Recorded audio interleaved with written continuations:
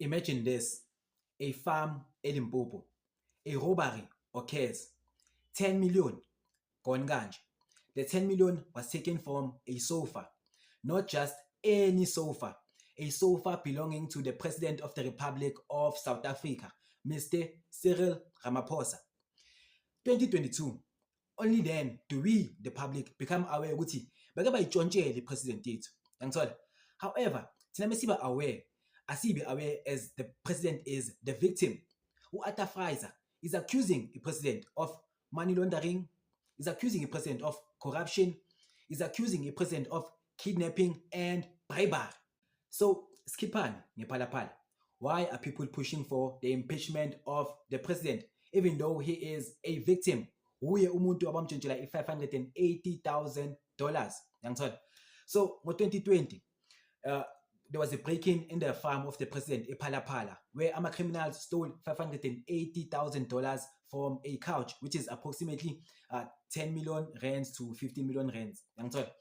So the issue or the impeachment process or Section 89 is not about which the president was stolen from. It is about the reaction of the president after he lost imali yakhe.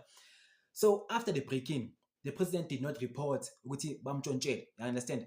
And not only that, the question is, what was the president doing with $580,000 in cash, and why was that money in his couch and not in the bank? You understand?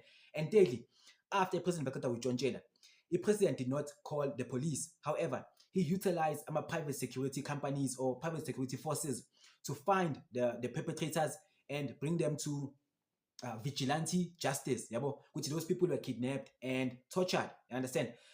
So obvious, firstly, the impeachment process is what some people believe the president was corrupt. The money I told you, $580,000, which is 10 million to 15 million rands, it via corruption, or it was tax invasion.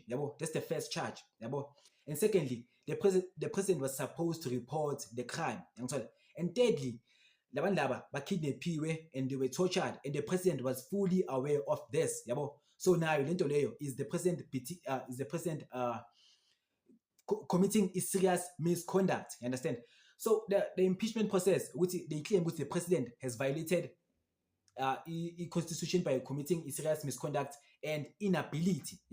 His inability to act honestly kuma citizens work. So in 2022, after Zibese about the victimization of the president, about the Phala Phala saga, the ANC and its cahoots used its majority